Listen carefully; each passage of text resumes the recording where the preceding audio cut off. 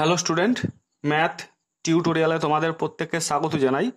আজকে আমি এই ভিডিওতে তোমাদের পরিবেশ ভূগোলের যে সেপ্টেম্বর মাসের মডেল অ্যাক্টিভিটি টাস্কটা দেওয়া হয়েছে, তো এই সেপ্টেম্বর মাসের মডেল অ্যাক্টিভিটি টাস্কের প্রত্যেকটা প্রশ্নের সঠিক উত্তর আমি এই ভিডিওর মাধ্যমে আলোচনা করব। তো এটা হচ্ছে পার্ট 6। এর আগে তোমাদের 5টা পার্ট দেওয়া হয়েছিল, প্রত্যেকটা পার্টের সমাধান আমি করে দিয়েছি। যদি কারো আগের পার্টগুলো দেখার দরকার পড়ে তাহলে অবশ্যই আগের পার্টগুলো দেখে নিও। আগের পার্টগুলোর লিঙ্ক আমি এই ভিডিও ডেসক্রিপশনে দিয়ে দেব। তো চলো এবার আমি কথা না বাড়িয়ে তোমাদের যে প্রশ্নগুলো দেওয়া হয়েছে সেই প্রশ্নগুলো সঠিক উত্তর আলোচনা করব। তোমরা যারা আমাকে প্রথম থেকে ফলো করে আসছো তারা নিশ্চয় জানো যে আমি প্রশ্নগুলো তোমাদের দেখাই, সেই সঙ্গে প্রশ্নগুলো সঠিক উত্তর তোমাদের টেক্সট বই থেকে আলোচনা করি। তো এবারও তাই করব, আমি তোমাদের প্রত্যেকটা প্রশ্নের আমি উত্তর তোমাদের টেক্সট বই থেকেও দেখিয়ে দেব। তো দেখো একের দাগে কি বলেছে, বিকল্পগুলি থেকে ঠিক উত্তরটি নির্বাচন করে লেখো। তো এখানে 3টে প্রশ্ন দেওয়া আছে, দেখো 1, 2, 3টে। এবার 4টে করে অপশন দেওয়া আছে। এই 4টে করে অপশনের মধ্যে থেকে তোমাদের একটা করে অপশন লিখতে হবে, মানে যেটা সঠিক সেটা তোমাদেরকে পুরো বাক্যে লিখতে হবে। 1.1টা কি বলেছে দেখো, পৃথিবীর ছাদ যে মালভূমিকে বলা হয় সেটি হলো ছোটনাগপুর মালভূমি, না মালব মালভূমি, না পামির মালভূমি, না লাদাখ মালভূমি। তোমরা সবাই জানো যে পামির মালভূমিকে বলা হয় পৃথিবীর ছাদ। তো এটা সঠিক উত্তর তোমাদের আমি একবার টেক্সট বই থেকে দেখিয়ে দিচ্ছি, তোমরা টেক্সট বইয়ে অবশ্যই দাগ নিয়ে নাও। তো এটা হচ্ছে তোমাদের টেক্সট বইয়ের 41 নম্বর পেজ। এই 41 নম্বর পেজে দেখো এইখানে লেখা আছে, পামির মালভূমি 4873 মিটার উঁচু, পৃথিবীর সর্বোচ্চ মালভূমি বলে একে পৃথিবীর ছাদ বলা হয়। তাহলে পৃথিবীর ছাদ কাকে বলা হয়? পামির মালভূমিকে। কেন বলা হয়? কারণ দেখো উচ্চতা হচ্ছে 4873 মিটার। পৃথিবীর সর্বোচ্চ মালভূমি বলে একে বলা হয় পৃথিবীর ছাদ। তো চলো এবার আমরা নেক্সট প্রশ্নে যাব। নেক্সট প্রশ্নটা একটু কনসেপচুয়াল প্রশ্ন। দেখো কি বলেছে 1.2টা, নদীর উচ্চ প্রবাহে আই আকৃতির উপত্যকা সৃষ্টির অন্যতম প্রধান কারণ হলো ভূমির ঢাল কম থাকা, না উপনদীর সংখ্যা বেশি থাকা, না নদীর নিম্নক্ষয়ের ক্ষমতা বেশি হওয়া, না নদীর পার্শ্বক্ষয়ের ক্ষমতা বেশি হওয়া। তো চলো এটা সঠিক উত্তর তোমাদের একবার আমি টেক্সট বই থেকে দেখিয়ে দিচ্ছি। তো এইটা হচ্ছে তোমাদের টেক্সট বইয়ের 54 নম্বর পেজ। এই 54 নম্বর পেজে দেখো এইখানে লেখা আছে, নদী উপত্যকা ইংরেজি আই বা ভি অক্ষরের মতো দেখতে হয়। তো এটা কিসের ফলে দেখে নাও। এটা হচ্ছে নদীর উচ্চ প্রবাহ। তোমরা জানো নদীর 3টে প্রবাহ, একটা হচ্ছে উচ্চ প্রবাহ, আর একটা হচ্ছে মধ্য প্রবাহ, আর একটা হচ্ছে নিম্ন প্রবাহ। উচ্চ প্রবাহে কিন্তু নদীর বেগ বা স্রোতটা সব থেকে বেশি হয়, কারণ উচ্চ প্রবাহে ভূমির ঢাল বেশি হয়। আর উচ্চ প্রবাহে দেখো এখানে লেখা আছে, নদীর স্রোতের সঙ্গে এই ছোট বড় পাথরগুলো নদীর তলায় ধাক্কা দিয়ে ক্ষয় করে, ফলে নদীর উপত্যকা গভীর হতে থাকে। উচ্চ প্রবাহে নদীর উপনদীর সংখ্যা কম থাকে। তো অপশনে বলা আছে যে উচ্চ প্রবাহে উপনদীর সংখ্যা বেশি থাকে। তো অপশনটা কাটা গেল, মানে যেটা দেওয়া আছে অপশনে, তোমাদের একবার প্রশ্নটা দেখিয়ে দিচ্ছি। দেখো এখানে দেওয়া আছে, নদীর উচ্চ প্রবাহে আই আকৃতির উপত্যকা সৃষ্টির অন্যতম প্রধান কারণ হলো উপনদীর সংখ্যা বেশি থাকা। এটা কাটা গেল, কারণ আমরা দেখলাম বইয়ের মধ্যে উপনদীর সংখ্যা কম থাকে এই নদীর উচ্চ প্রবাহে। ঠিক আছে, তারপরে দেখো কি বলেছে, ফলে নদীর উপত্যকা খুব চওড়া হয় না। এই সরু এবং গভীর নদী উপত্যকা ইংরাজি আই বা ভি অক্ষরের মতো দেখতে হয়, একে গিরিখাত বলে। ঠিক আছে, তো এই ছবিটা ভালো করে লক্ষ্য করো। এটা হচ্ছে পার্বত্য অঞ্চল, মানে পাহাড়ি অঞ্চল। তো নদীটা দেখো এইভাবে আসছে, নদীটা একটু ভালো করে লক্ষ্য করো। তো যখন আসছে এই দুপাশের কিন্তু ক্ষয় অতটা হয় না, যেহেতু স্রোতটা প্রচণ্ড থাকে তাই নদীটা কিন্তু একদম নিম্ন ক্ষয়, মানে নিচের দিকে ক্ষয় করে। দেখো এখানে বলেছে নদীর তলায় ধাক্কা দিয়ে ক্ষয় করে, মানে নিম্ন ক্ষয়টা বেশি হয়। আর নিম্ন ক্ষয়টা বেশি হয় বলেই এইভাবে দেখো ভি আকৃতির দেখাচ্ছে। আবার সোজা যখন হয় তখন ইংরেজি অক্ষর আই এর মতো দেখাচ্ছে। বুঝতে পেরেছো? ইংরেজি অক্ষর আই আর ইংরেজি অক্ষর ভি এর মতো দেখাচ্ছে। বুঝতে পেরেছো? তাহলে আমরা সঠিক উত্তর হিসাবে নেব গয়েরটা, মানে নদীর নিম্নক্ষয়ের ক্ষমতা বেশি হওয়া। আর ভূমির ঢাল তো বেশি থাকে, ভূমির ঢাল তো কম থাকে না। নদীর উচ্চ প্রবাহে সবসময় ভূমির ঢাল বেশি থাকে। যখন কোন নদী পাহাড় থেকে আসবে তখন বুঝতে পারছো ভূমির ঢালটা বেশি হবে। আর নদীর পার্শ্ব ক্ষয়ের ক্ষমতা বেশি হওয়া, এটাও হবে না। পার্শ্ব ক্ষয় তো বেশি হয় না, নদীর নিম্ন ক্ষয়টা বেশি হয়, তাই আমরা অপশন গয়েরটা নেব।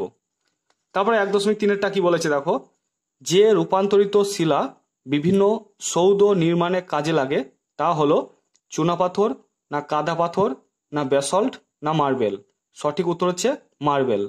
তো এটার উত্তর তোমাদের একবার আমি টেক্সট বই থেকে দেখিয়ে দিচ্ছি। দেখো দেখো এইটা হচ্ছে 62 নম্বর পেজ। এই 62 নম্বর পেজে দেখো এই জায়গায় লেখা আছে রূপান্তরিত শিলা পরিণত হয়, সেটা লেখা আছে এই শিলা সহজে ভাঙে না, ক্ষয় প্রতিরোধ করে। বিশ্ববিখ্যাত সৌধ তাজমহল রূপান্তরিত শিলা মার্বেল দিয়ে তৈরি। আর তোমাদের প্রশ্নে কি বলা হয়েছে, প্রশ্নে বলা হয়েছে দেখো, যে রূপান্তরিত শিলা বিভিন্ন সৌধ নির্মাণে কাজে লাগে তা হলো মার্বেল। বুঝতে পারছো, তাজমহলটা মার্বেল দিয়েই তৈরি। তো আমরা সঠিক উত্তর হিসাবে নেব কি মার্বেলটা, মানে অপশন ঘয়েরটা। ঠিক আছে, এবার তোমরা উত্তরগুলো অবশ্যই পুরো বাক্যে লিখবে। দেখো আমি এখানে লিখে দেখিয়েছি। দেখো 1.1 পৃথিবীর ছাদ যে মালভূমিকে বলা হয় সেটি হলো পামির মালভূমি। 1.2 দেখো, নদীর উচ্চ প্রবাহে আই আকৃতির উপত্যকা সৃষ্টির অন্যতম প্রধান কারণ হলো নদীর নিম্নক্ষয়ের ক্ষমতা বেশি হওয়া। 1.3 দেখো, যে রূপান্তরিত শিলা বিভিন্ন সৌধ নির্মাণে কাজে লাগে তা হলো মার্বেল। ঠিক আছে, তো এইভাবেই তোমরা কিন্তু পুরো বাক্যে উত্তরগুলো লিখবে। তো চলো এবার আমি নেক্সট প্রশ্নে যাব। তো এবার 2-এর দাগে দেখো বলেছে স্তম্ভ মেলাও। বাম দিকে আছে ক স্তম্ভ আর ডান দিকে আছে খ স্তম্ভ। বাম দিকে আছে কিলিমাঞ্জারো, তারপর আছে গ্রানাইট, তারপর আছে মিয়েন্ডার, আর ডান দিকে আছে আগ্নেয় শিলা, নদীর মধ্যপ্রবাহ আর আগ্নেয় পর্বত। তো এই ম্যাচটা আমি করে দিচ্ছি।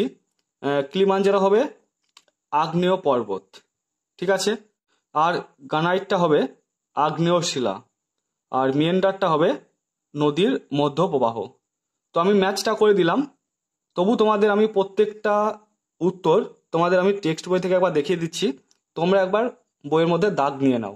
ঠিক আছে, প্রথমে আমরা আগ্নেয় পর্বতটা দেখে নেব। দেখো এটা হচ্ছে 39 নম্বর পেজ। এইখানে লেখা আছে দেখো আগ্নেয় পর্বত কাকে বলে সেটা বলা আছে। তারপরে আগ্নেয় পর্বতের উদাহরণ দেওয়া আছে। কি দেওয়া আছে? ইতালির ভিসুভিয়াস, এটনা, আফ্রিকার কিলিমাঞ্জারো, জাপানের ফুজিয়ামা, ইন্দোনেশিয়ার কাকাতোয়া, এরকম আগ্নেয় পর্বত। তাহলে আফ্রিকার কিলিমাঞ্জারো হচ্ছে আগ্নেয় পর্বতের উদাহরণ, তাই আমরা কিলিমাঞ্জারোটাকে আগ্নেয় পর্বত করলাম। এবার আমরা দেখে নেব গ্রানাইটটা। দেখো এইটা হচ্ছে 62 নম্বর পেজ। এই 62 নম্বর পেজে দেখো এইখানে আগ্নেয় শিলা কাকে বলে লেখা আছে, দিয়ে উদাহরণ দেওয়া আছে। দেখো গ্রানাইট, ব্যাসল্ট, এই ধরনের শিলা। তাহলে বুঝতে পারছো গ্রানাইটটা হবে কি, গ্রানাইটটা হবে আগ্নেয় শিলা। এবার আমি দেখাবো মিয়েন্ডারটা। মানে মিয়েন্ডারটা তো বুঝতে পারছো নদীর মধ্যপ্রবাহ হবে, তবু তোমাদের একবার আমি তোমাদের টেক্সট বই থেকে দেখিয়ে দিচ্ছি। দেখো দেখো এটা হচ্ছে 55 নম্বর পেজ। এই 55 নম্বর পেজে দেখো একদম উপরে লেখা আছে নদীর মধ্যপ্রবাহ। তো এই নদীর মধ্যপ্রবাহ সম্পর্কে এখানে লেখা আছে, এখানে বলা আছে দেখো মিয়েন্ডার। ঠিক আছে, মানে নদীর মধ্যপ্রবাহে মিয়েন্ডারটা কিন্তু দেখা যায়। তাহলে তোমরা তোমাদের সঠিক উত্তরগুলো দেখে নিলে। এবার অবশ্যই তোমরা খাতার মধ্যে এইভাবে লিখবে, আমি যেভাবে লিখেছি এইভাবে ক স্তম্ভ আর খ স্তম্ভ দেবে, এইভাবে ম্যাচ করে দেবে। ঠিক আছে, তো চলো এবার আমরা নেক্সট প্রশ্নটা দেখে নেব। নেক্সট প্রশ্নটা কি বলেছে দেখো, 3-এর দাগের সংক্ষিপ্ত উত্তর দাও। দুটো দেওয়া আছে, প্রথমটার জন্য দেখো 2 নম্বর আর দ্বিতীয়টার জন্য 3 নম্বর। প্রথমটা কি বলেছে দেখো, ভূমির ঢাল ও উচ্চতার ভিত্তিতে মালভূমি ও সমভূমির পার্থক্য নিরূপণ করো। তো চলো এটার উত্তর তোমাদের একবার আমি টেক্সট বই থেকে দেখিয়ে দিচ্ছি। তো এটা হচ্ছে 42 নম্বর পেজ। এই 42 নম্বর পেজে দেখো এইখানে লেখা আছে মালভূমি আর এইদিকে আছে সমভূমি, ডান দিকে আছে সমভূমি। তো আমাদের পার্থক্যটা করতে বলেছে উচ্চতা আর ভূমির ঢালের বেসিসে। তো উচ্চতা কত বলা নেই, মানে 300 মিটারের বেশি হবে, আর সমভূমির ক্ষেত্রে উচ্চতাটা 300 মিটারের কম হবে। আর বৈশিষ্ট্যর ক্ষেত্রে দেখো এইটাই আমাদের লিখতে হবে, মানে ভূমির ঢালের কথা বলছে, চারিদিকে খাড়া ঢাল আছে আর এর বৈশিষ্ট্যটা মানে লিখতে হবে, মানে ঢালটা কেমন সেটা তোমাদের লিখতে হবে। তো দুটো পার্থক্য চেয়েছে, তো আমি তোমাদের বইটা পড়েছি, দিয়ে পার্থক্যটা তৈরি করেছি। দেখো এইভাবে তৈরি করেছি। দেখো বিষয় মালভূমি আর সমভূমি। বিষয়টা কেন বললাম, কারণ বিষয়টা যে প্রশ্নে বলেছে ভূমির ঢাল আর উচ্চতার বেসিসে পার্থক্যটা তৈরি করতে হবে। তো ভূমির ঢাল দেখো মালভূমির ক্ষেত্রে লিখেছি চারিদিকে খাড়া ঢাল আছে, আর সমভূমির ক্ষেত্রে লিখেছি দেখো, বিস্তৃত, নিচু ও সমতল বা সামান্য ঢেউ খেলানো হতে পারে। আর উচ্চতা দেখো, মালভূমির ক্ষেত্রে 300 মিটারের বেশি উচ্চতা, আর সমভূমির ক্ষেত্রে দেখো 300 মিটারের কম উচ্চতা। তাহলে আশা করছি তোমরা পার্থক্যটা বুঝতে পারলে। এবার আমরা নেক্সট প্রশ্নে যাব। নেক্সট দেখো 3.2-টা কি বলেছে, নীল নদের উপর কি উদ্দেশ্যে আসোয়ান বাঁধ নির্মাণ করা হয়েছিল। তো এটা উত্তর তোমাদের টেক্সট বই থেকে দেখাচ্ছি।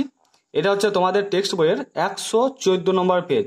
তো এইখানে লেখা আছে দেখো, বন্যা নিয়ন্ত্রণ ও কৃষি জমিতে জলসেচ এই দুটি মূল উদ্দেশ্যে নীল নদের উপর আসোয়ান বাঁধ তৈরি করা হয়েছে।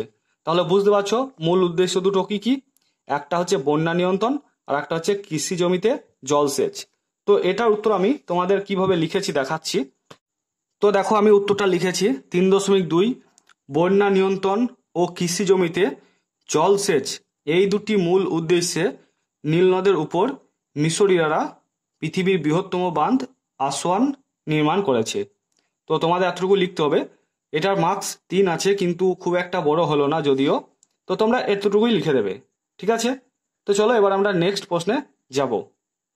তারপরে দেখো 4 নম্বর প্রশ্নটা কি বলেছে, মানুষের নানাবিধ ক্রিয়াকলাপ নদীর উপর নেতিবাচক প্রভাব ফেলে, বক্তব্যটির যথার্থতা বিচার করো। তো এটার জন্য 5 আছে। তো চলো এটার উত্তর আমি তোমাদের টেক্সট বই থেকে দেখাচ্ছি। এটা হচ্ছে 59 নম্বর পেজ। তো এই 59 নম্বর পেজে তোমাদের যে ভেবে দেখেছো কথায় আছে এখানে লেখা, এইখান থেকে এতটা পুরোটা তোমরা লিখে দেবে, কোনো অসুবিধা নেই, একদম হুবহু লিখে দাও, এটা সঠিক উত্তর হয়ে যাবে। কি লেখা আছে দেখো, মানুষের জীবনের সঙ্গে নদীর সম্পর্ক এত নিবিড় হলেও মানুষের কিছু কিছু কাজ নদীর স্বাভাবিক ছন্দকে নষ্ট করেছে। সেগুলো দেখবো আমরা, কি কি ছন্দকে নদীর নষ্ট করেছে মানুষের ক্রিয়াকলাপ, সেগুলো আমরা দেখে নেব। দেখো, কৃষি ব্যবস্থার প্রসার, শিল্পায়ন, নগরায়ন ইত্যাদি নানাভাবে নদীকে প্রভাবিত করছে। বন্যা নিয়ন্ত্রণের জন্য নদীর পাড়ে কৃত্রিম বাঁধ তৈরি করলে সাময়িক সুফল পাওয়া গেলেও শেষ পর্যন্ত তা আরও ভয়াবহ বন্যারই কারণ হয়ে উঠছে। একদিকে কৃষিজমি থেকে ধুয়ে আসা পলিতে নদী ক্রমশ ভরাট হচ্ছে, অন্যদিকে সেচের জলের যোগান দিতে নদী ক্রমশ শুকিয়ে যাচ্ছে।